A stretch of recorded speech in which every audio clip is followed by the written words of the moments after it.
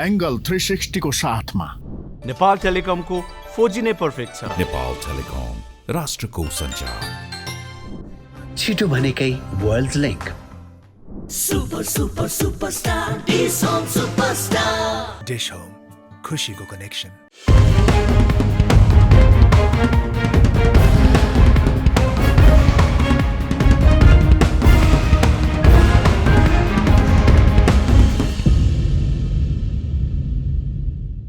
नमस्कार, यो हो कार्यक्रम एंगल 360 र म हुँ केशर कार्की।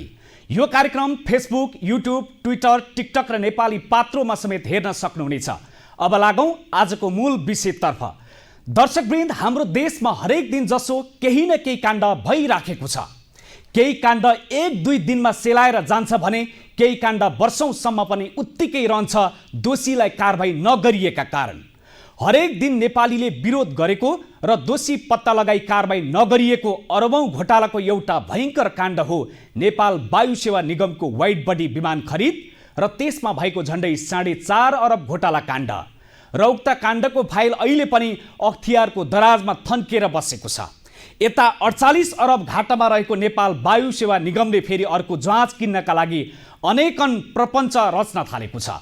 त्यति मात्र होइन, प्रधानमन्त्रीदेखि पर्यटन मन्त्रीसम्मकै मिलेमत्तोमा नयाँ जहाज खरिदका लागि भित्री सेटिङ समेत भइरहेको छ। आज हामी त्यही वायु सेवा निगमले 3वटा जहाज खरिदका लागि प्रधानमन्त्रीदेखि मन्त्रीसम्म लबिङ गरेको विषयमा खुलासा गर्नेछौँ। त्योभन्दा पहिला ऋणको भार थेग्न नसक्ने गरी थलिएको निगमलाई नयाँ जहाज खरिद गर्नुपर्ने बाध्यता किन आइलाग्यो निगमलाई भन्ने प्रश्नसहित यो रिपोर्ट हेर्नुहोस्। दृश्यमा देखिएका यी जहाज कहाँका होलान् भन्ने तपाईँको मनमा पक्कै लागेको हुन सक्छ। तर यी जहाज अन्त कतैको नभएर देशकै एकमात्र त्रिभुवन अन्तर्राष्ट्रिय विमानस्थलमा थन्किएका नेपाल वायु सेवा निगमका जहाज हुन्। राष्ट्रिय ध्वजभाग नेपाल वायु सेवा निगमका जहाजहरू त्रिभुवन अन्तर्राष्ट्रिय विमानस्थलमा थन्काएर राखिएको महिनौ होइन वर्षौं बितिसकेको छ। छिमेकी मुलुक चीनले अनुदान र ऋणमा दिएको 6वटा जहाज झण्डै 4 वर्षदेखि थन्किएर बसेका छन्। त्यस्तै 2वटा ट्विनेटर विमान पनि लामो समयदेखि थन्किएर बसेका छन्। यी विमान त्रिभुवन अन्तर्राष्ट्रिय विमानस्थलमा त्यत्तिकै थन्किएर बसेका छैनन्, जसको भाडा मात्रै निगमले विमानस्थललाई मासिक लाखौं रकम नभएर करोडौं मूल्य बराबरको रकम बुझाउँदै आएको छ। यसरी त्रिभुवन अन्तर्राष्ट्रिय विमानस्थलमा थन्काएर राखेका यी विमान अहिले कबाड जस्तै बनेका मात्र छैनन्, प्रयोगमा नआएपछि चीनलाई नै फिर्ता गर्ने प्रपञ्चमा निगम लागि परेको छ। यता भएका जहाजलाई समेत प्रयोगमा ल्याउन नसकेको निगमले नयाँ जहाज खरिद गर्न लागेको देख्दा उदेक लागेर आउँछ। किनभने माल पाएर पनि चाल नपाउने निगमले पुनः अर्को जहाज खरिद गर्न मरिहत्ते गर्नु भनेको साँच्चीकै उठ्न लागेको निगमलाई पुनः सुताउने खेलमा लागि परेको छ भन्ने स्पष्ट बुझिएको छ। त्यति मात्र होइन, जहाजको समेत सदुपयोग गर्न नसकेका निगमका अधिकारीले 3-3वटा जहाज किन्ने षड्यन्त्रमा लागि परेका छन्। निगमका अध्यक्ष युवराज अधिकारी वायु सेवा निगममा प्रवेश गरेसँगै कसरी नयाँ जहाज खरिद गर्न सकिन्छ भन्ने दाउमा थिए। त्यही मौका छोपेर अध्यक्ष अधिकारीले नयाँ जहाज खरिद गर्न प्रधानमन्त्रीलाई समेत अनेकन प्रभावमा पारेर जहाज खरिदका लागि राजी बनाइ छाडेछन्। त्यसो त प्रधानमन्त्रीले समेत निगमका लागि 3वटा जहाज खरिद प्रक्रिया अघि बढाउन प्रस्ताव गरिदिइसकेका छन्। त्यसपछि मन्त्रालयले पनि 1 हप्ता अघि जहाज खरिदको प्रस्ताव मन्त्री परिषदमा दर्ज गराइसकेको छ। यता वाइड बडी भएको अरबौं घोटाला टुङ्गिएको छैन। यता नयाँ जहाज खरिदका लागि भनेर सरकार स्वयं अनेकन प्रपञ्च रच्दै आएको छ। त्रिभुवन अन्तर्राष्ट्रिय विमानस्थलमा थन्किएर बसेका 8वटा मध्ये अरबौं घोटाला भएको भन्ने वाइड बडी जहाज पनि अहिलेसम्म थन्किएर नै बसेको छ। यसरी घाटामा पुगेको नेपाल एयरलाइन्सलाई निगमका अध्यक्षले झनै टाट पल्टाउने काम गर्न लागेका छन् भन्दा कुनै फरक नपर्ला। किनभने जनताको सम्पत्तिमाथि कुनै एक कर्मचारीले गरेको प्रस्तावलाई सरकारले यति छिटो हुर्मत दिन खोज्नु भनेको प्रधानमन्त्री र मन्त्रीको समेत कतै न कतै सेटिङ छ भन्नेमा कुनै सन्देह छैन। 1 महिना पहिले निगमका अध्यक्ष अधिकारीले प्रधानमन्त्री र पर्यटन मन्त्रीलाई भेटेरै निगमबारे जानकारी गराएको र थप 3वटा जहाज किन्न सुझाएका थिए। त्यसपछि प्रधानमन्त्रीले जहाज खरिदका लागि भन्दै पर्यटन मन्त्री सुदन किरातीलाई निर्देशन दिएका रहेछन्। यसरी उठ्नै नसक्ने गरी थला परिरहेको नेपाल वायु सेवा निगमलाई चाडबाडको समयमा जहाज खरिद गर्नुपर्ने बाध्यता किन आइलाग्यो भनेर हामीले पटक पटक नेपाल वायु सेवा निगमका वर्तमान अध्यक्ष युवराज अधिकारीलाई जवाफ लिने प्रयास गरेका छौं, तर उनले हाम्रो फोन सम्पर्कमा कुनै पनि प्रतिक्रिया दिने हिम्मत गरेका छैनन्। त्यसो त यहाँबाटै प्रश्न बुझिन्छ कि दालमा कुच काला हे भनेर। एकातिर निगम थला परिरहेको छ, अर्कोतिर निगममा भइरहेको आर्थिक अनियमितताका कारण झनै निगम उठ्नै नसक्ने गरी थला पर्न लागेको छ भन्नेमा अब कुनै सन्देह रहेन। यता नेपालको हवाई क्षेत्रमा लामो समयदेखि बिताएका वरिष्ठ पाइलट तथा नागरिक उड्डयन प्राधिकरणका महानिर्देशक समेत भइसकेका केबी गुरुङका अनुसार भएका जहाजलाई निगमले उडान गर्न नसक्नु आफैमा दुःखद पक्ष भएको बताउँछन्। जहाजलाई त उडान गर्न नसक्ने निगमले नयाँ खरिद गर्न लागेको जहाज पुनः उडाउला भन्नेमा कुनै ग्यारेन्टी नभएको उनको तर्क छ। पुनर्संरचना नगरिकन तपाईँको चाहिँ टालटुल गरेर जस्तै नै माहिर मैहुँ भन्ने व्यवस्थापक गयो भने पनि त्यो सम्भव देख्दिनँ। किनभने एउटा समस्या तपाईँले टाल्नुहुन्छ, अर्को समस्या त त्यहाँ तपाईँको चाहिँ त्यहाँ त भनौँ न 20-30वटा 40-50वटा भयभरको समस्याहरू छन् सबै फ्रन्टमा, सबै विभागमा। एउटा समस्या तपाईँले जहाज थप्नु भयो अरे, अनि अर्को समस्या त ऋण कसरी तिर्नु, अनि भएको जहाज के गर्नु। अनि यो तपाईँको चाहिँ करदाताले तिरेको होइन पैसाबाट चलाएको संस्थामा त्यस्तो किसिमको निर्णय, नीतिगत निर्णय गर्न मिल्छ त? त्यो तपाईँहरूलाई मैले चाहिँ राज्यको चौथो अङ्गलाई तपाईँहरू चनाखो हुनुहोस्। तपाईँहरूलाई यो मैले प्रतिप्रश्न गरेँ। अपरेटिङ कस्ट भएको जहाजमा तपाईँको इन्द्रेको बाबु चन्द्रे आए पनि नाफामा लाग्नु चाहिँ गाह्रो हुन्छ। उही दिन गुजारा गर्ने हो होइन। हामीलाई त दिन गुजारा गर्नु छैन। अब 47 अरूको ऋण तिर्नु छ र देशभित्र आन्तरिक उडान भनेको लसलाई मिनिमाइज गर्ने उडान, किनभने त्यो सामाजिक दायित्व हामीले पुरा गर्नु छ जनताप्रति।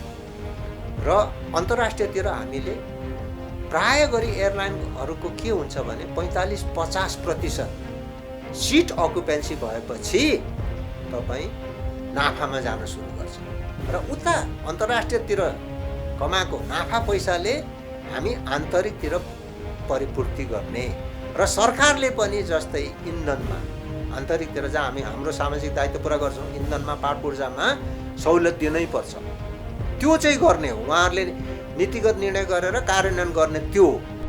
निगम अहिले 48 करोड ऋणमा चुर्लुममा डुबिरहेको छ। तर निगमको यस्तै पारा हो भने भोलि 1 खरब ऋणको भारमा पर्न नसक्ला भन्न नसकिने पूर्व उड्डयन प्राधिकरणको विज्ञहरूको भनाइ छ। सरकारले राष्ट्र बैंकका पूर्व गभर्नर दिपेन्द्र बहादुर छेत्रीको संयोजकत्वमा बनेको नेपाल वायु सेवा निगमको संरचनागत एवं व्यवस्थापन अध्ययन तथा सिफारिस समिति 2080 को प्रतिवेदनले दिएको रिपोर्टमा सोल्टी होटल लिमिटेडले दिएको शेयर बेचेर जहाज खरिद गर्न सुझाएको थियो। उक्त प्रतिवेदनले निगमको सोल्टी होटलमा सुरुमा 6 लाख थान शेयर स्वामित्व रहेकोमा बोनस सहित सो संख्या 1,33,111 पुगेको छ अहिले, जुन शेयरको बजार मूल्य हेर्दा 4,57,78,00,000 भन्दा धेरै हुन आउँछ। सोही रकमबाट जहाज खरिद गर्न सकिने प्रतिवेदनले समेत सुझाएको थियो। तर त्यो पैसा पनि जहाज खरिदका लागि पर्याप्त रकम भने होइन। यता नेपाल वायु सेवा निगमको जहाज नेपाली आकाशमा मुस्किलले 2वटामा भन्दा बढी उडेको देख्न पाइँदैन अहिले पनि। उडोस् पनि कसरी भएका जहाज सबै त्रिभुवन अन्तर्राष्ट्रिय विमानस्थलमा कभार हुने अवस्थामा पुगिसकेका छन्। यता निगमले यसरी रातारात निगममा जहाज किन्न लागेपछि सञ्चय कोष र नागरिक लगानी कोषले निगमले लिएको ऋण उठाउन भन्दै अर्थ मन्त्रालयमा ताकेता गर्दै आएका छन्। यसरी विभिन्न सङ्घ संस्थाबाट ऋण लिएको निगमको टाउकोमा अहिले ऋणको भार यति छ कि झन्डै 50 अरब भन्दा बढी ऋण तिर्न बाँकी छ। यसरी ऋणको भार थिक्न नसक्ने गरी ऋण लाग्दा समेत वायु सेवा निगम नयाँ जहाज खरिदका लागि तम तयार भएको देख्नुले नेपाल वायु सेवा निगम कर्मचारीदेखि मन्त्रीसम्मलाई नै गरी खाने भाँडो बन्दै गएको छ भन्नेमा ऐना जस्तै छर्लङ्ग भएको छ।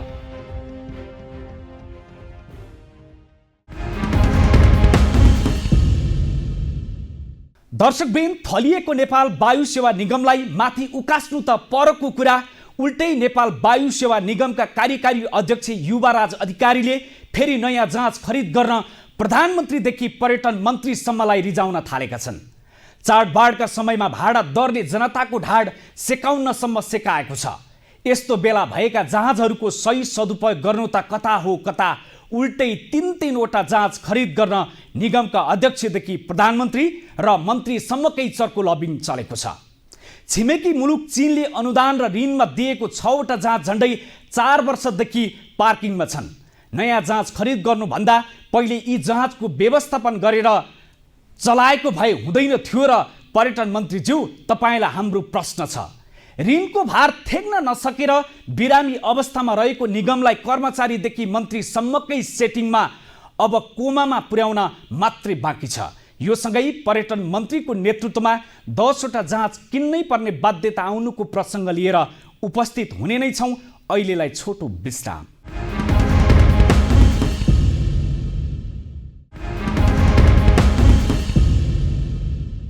दर्शकबिन्द, वाइड बडी विमान खरिद गर्दा भ्रष्टाचार भएको भन्दै तत्कालीन लेखा समितिले छानबिन गरेको थियो र त्यो प्रतिवेदन अख्तियारलाई बुझायो। तर अख्तियारले यो घोटालामा सिङ्को भाँचेर दुई समेत गरेको छैन। यता यही घोटालाको विषयमा तत्कालीन सांसद दीपक प्रकाश भट्टको संयोजकत्वमा संसदीय उपसमिति बनेर छानबिन गरी निष्कर्ष र नेपाल सरकारलाई कारबाहीको निर्देशन सहितको प्रतिवेदन तत्कालीन संसदको अन्तर्राष्ट्रिय सम्बन्ध समितिलाई बुझाएको थियो। तर 4 वर्ष पुगिसक्दा समेत त्यो प्रतिवेदन सरकारले नै लुकाएर राखेको छ। यसरी लुकाएर राखेको प्रतिवेदन खोज अनुसन्धान गर्न छाडेर पर्यटन मन्त्री खुलेआम नयाँ जाँच किन्नुपर्छ भन्दै तम्सिरहेका छन्। साँच्चीकै पर्यटन मन्त्री भएपछि के नयाँ विमान खरिद गर्दैमा कोमामा पुग्न लागेको संस्था फर्किहाल्ने हो र? हेर्नुहोस् यो रिपोर्ट। नेपाल वायु सेवा निगम 47 अरब ऋणमा चुर्लुममा डुबेको अवस्थामा पर्यटन मन्त्री सुदन किराती पुनः नयाँ जाँच खरिद गर्ने योजनामा लागि परेका छन्। पछिल्लो 1 दशकलाई नजिकबाट हेर्दा हालसम्म जति पनि पर्यटन मन्त्री बने ती सबैको एउटै धारणा हुने रहेछ, कसरी नयाँ जाँच खरिद गर्न सकिन्छ भन्ने। नेपाल वायु सेवा निगमभित्र भइरहेको कमजोर व्यवस्थापन पक्ष र भ्रष्टाचारको धन्दालाई निहाल्न छोडेर मन्त्री किरातीले रातारात नयाँ 10 वटा जाँच खरिद गर्न लागि परेको देख्दा अचम्म र उदेक लाग्दछ। त्यसो त पर्यटन मन्त्रीले जाँच खरिद गर्न लागेको भन्ने अभिव्यक्ति दिएसँगै अहिले विभिन्न निकायबाट जुन जोकी आए पनि कानै चिरेको भन्न थालिसकेका छन्। तर यता पर्यटन मन्त्री सुदन किराती भने आफूलाई जाँच किन्न कुनै रहर नभएको जस्तो गर्दै निगमबाटै उक्त प्रस्ताव आएको र जाँचको पनि आवश्यकता रहेको भन्ने कुरामा जोड बल गरिरहेका छन्। जहाज हामीसँग 2टा छ। स्टल रुटमा उड्ने जहाज 2टा छ। उड्नुपर्ने तपाईँको बाँकी 22 वटा एयरपोर्टहरू छन्। त्यसकारणले हामी एकदमै तपाईँको सम्पूर्ण शक्ति लगाएर हामी जहाज खरिद गर्ने प्रक्रियामा छौँ। हामी कुनै न कुनै माध्यमबाट यो वर्षभित्रमा हामी 9-10 वटा जहाज चाहिँ हामी थप्ने। यो नथपी चाहिँ न पर्यटक आउँछ, न भाडामा देखिएको विसङ्गतिको हस्तक्षेप हुन सक्छ, न सहज ढङ्गले आवागमन हुन सक्छ। नागरिकलाई सेवा दिनको निम्ति हामी त्यो काम गर्दैछौँ र यो अझै अगाडि नै मैले गर्नु खोजेको थिएँ। अब यहाँ संस्कार के छ भने, संस्कृति के छ भने काम गर्ने छैन। सिग्नेचर गरेपछि जेल परिन्छ भन्ने मान्यता छ कि यहाँ। अनि मैले भनेको छु कडाइका साथ, यो मैले 2 महिना जति तपाईँको ट्राई गर्दा पनि ढिलो भइसकेपछि म कानुनभन्दा बाहिर काम हराउँदिनँ। जसले कानुन अनुसार काम गर्दैन त्यो पनि अपराध हो, जसले गैर कानुनी काम हराउँछ त्यो पनि अपराध हो। कि बाटो छोड्ने कि काम गर्ने भनेर अहिले अन्तिम चरणमा हामी पुगेका छौँ। सम्भवतः दसैँ अगाडि नै केही सङ्केत आउला, सुरु प्रक्रियाको औपचारिक रूपले सुरुवात होला भनौँ न, टेन्डर सेन्डर होला या के होला, यो होला। अब हामीले हाम्रो निगममा जहाज थप्नुको विकल्पै छ। मन्त्री किरातीले निर्धक्कसँग भन्दैछन् अब निगममा जहाज थप्नुको कुनै विकल्प छैन भनेर। हुन त मन्त्री किरातीले मात्रै यस्तो भन्दै आएका छैनन्, योभन्दा अघिल्लो समयमा बनेका पर्यटन मन्त्रीहरूले पनि यस्तै भन्दै आएका छन्। तत्कालीन समयमा पर्यटन मन्त्री बनेका योगेश भट्टराईले समेत जहाज खरिद गर्ने प्रक्रियामा लागेकै हुन्। यसरी प्रत्येक सरकार हेरफेरमा पर्यटन मन्त्रीको स्वाद चाख्ने ठाउँमा पुगेसँगै नेताहरूले जहाज किन्ने कुरा ओकाली हाल्नु नौलो होइन। त्यसो त हामीले पर्यटन मन्त्री बन्ने बित्तिकै जहाज खरिद प्रक्रियामा पर्यटन मन्त्री ज्यान छोडेर लाग्नुको पछि के रहेछ भनेर नेपाल वायु सेवा निगमका पूर्व महानिर्देशक केबी गुरुङलाई प्रश्न गरेका थियौँ। हामीले सोधेको प्रश्नको जवाबमा वरिष्ठ पाइलट समेत रहेका गुरुङले यस्तो जवाब दिए। किनभनेदेखि सबभन्दा ठुलो अघि मैले भने देशमा भ्रष्टाचारको जड भनेकै नीतिगत भ्रष्टाचार र 2टा कुरा चाहिँ नीतिगत भ्रष्टाचारको अन्त्य गर्ने र यहाँ चाहिँ स्रोत नखुलेको सम्पत्ति चाहिँ राष्ट्रियकरण गर्ने भने भ्रष्टाचार त न्यूनीकरण भइहाल्छ। र मैले अब फर्माटको कुरा गरेँ, फर्माटिङ अथवा पुनर्संरचना, कतिवटा चिज पुनर्संरचना गर्ने, कतिवटा कुराहरू 65 वर्ष अगाडिको चाहिँ त्यही लागू भइरहेको कुराहरूलाई अब हामी 65 वर्ष पछाडि फर्माटै गर्नुपर्ने अवस्था छ र यो गरेपछि तपाईँ 10 वटा त किन मैले त भन्छु 20-30 वटै जहाज उड्नु पर्यो 1988 मा आजभन्दा 34 वर्ष अगाडि 21 वटा जहाज उडेको थियो त 65 वर्षमा 2 वर्षमा एउटा जहाज थप्ने हो भने पनि तपाईको 32-33 वटा जहाज त हुनुपर्ने र मेरो सोच पनि त्यही हो छलाङ मार्ने हो त्यो चाहिँ तपाईको भिजनमा जस्तै संस्थाको अर्गानोग्राम संस्थाको स्ट्रक्चर छ नि जुन टप हेभी तपाईको 21 वटा जहाज उडाउँदाखेरिको संस्थाको संरचना र अहिले केही फरक छैन त्यसकारणले त्यो पुनर्संरचना हुनुपर्छ नेपाल वायु सेवा निगमको संरचनागत एवं व्यवस्थापकीय अध्ययन तथा सिफारिस समितिको प्रतिवेदन 2080 ले 50 सालसम्म 3 वटा बोइङ 3 वटा एग्रो 11 वटा ट्विनेटर र एउटा पिलाटस पोर्टर सक्रिय भएको बताएको छ तर यो 30 वर्षमा 11 वटा ट्विनेटर मध्ये जम्मा 3 वटामा झरेको छ त्यसमा पनि 2 वटा मात्रै ट्विनेटरले उडान भर्ने गरेका छन् आजभन्दा 30 वर्ष पहिले नेपाल वायु सेवा निगमको जहाज 9 मुलुकमा झण्डै 15 शहरमा उडान भर्ने गर्दथ्यो अहिले त्यो संख्या घटेर 10 वटामा मात्रै उडान भर्दै आएको छ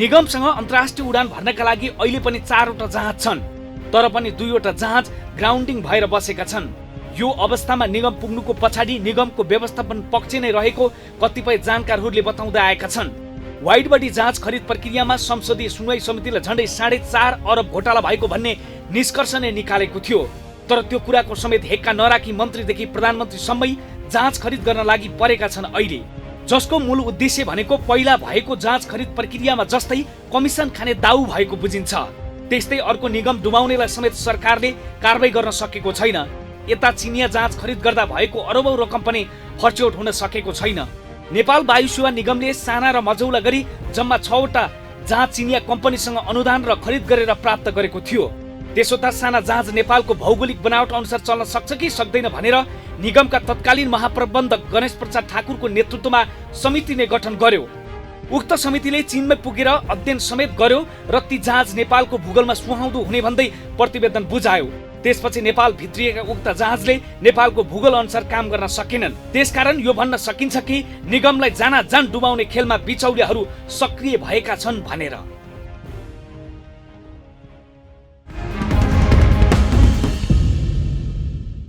दर्शकबिन्द वाइड बडी विमान प्रकरण र नयाँ जहाज खरिद प्रकरणमा प्रधानमन्त्रीदेखि मन्त्रीसम्मकै लबिङ गरेको देख्दा हाम्रो देशमा कुन तहसम्मको अनियमितता हुने रहेछ भन्ने ऐना जस्तै छर्लङ्ग छ अझ नेपाल वायु सेवा निगम त भ्रष्टाचारको अखडा नै बनेको छ लाउडा काण्ड धमिजा काण्ड चाइना साउथ वेस्ट काण्ड र वाइड बडी काण्ड यसरी काण्डले थलिएको छ नेपाल वायु सेवा निगम अहिले पनि जो आउँछ नेतृत्वमा उसको मूल कमाउ धन्दा नै बनेको छ वाइड बडी विमान खरिदमा भएको अनियमितता र दोषीलाई कारबाही गर्न दिएको निर्देशन सहितको गोप्य प्रतिवेदनको खुलासा हामीले योभन्दा पहिला पनि गरिसकेका छौँ हामी समाजमा भए गरेका यस्ता विकृति र विसङ्गतिको निरन्तर फलोअप गरि नै रहनेछौँ अहिलेलाई बिदा दिनुहोस् हेर्दै रहनुहोला स्पेस 4K टेलिभिजन नमस्कार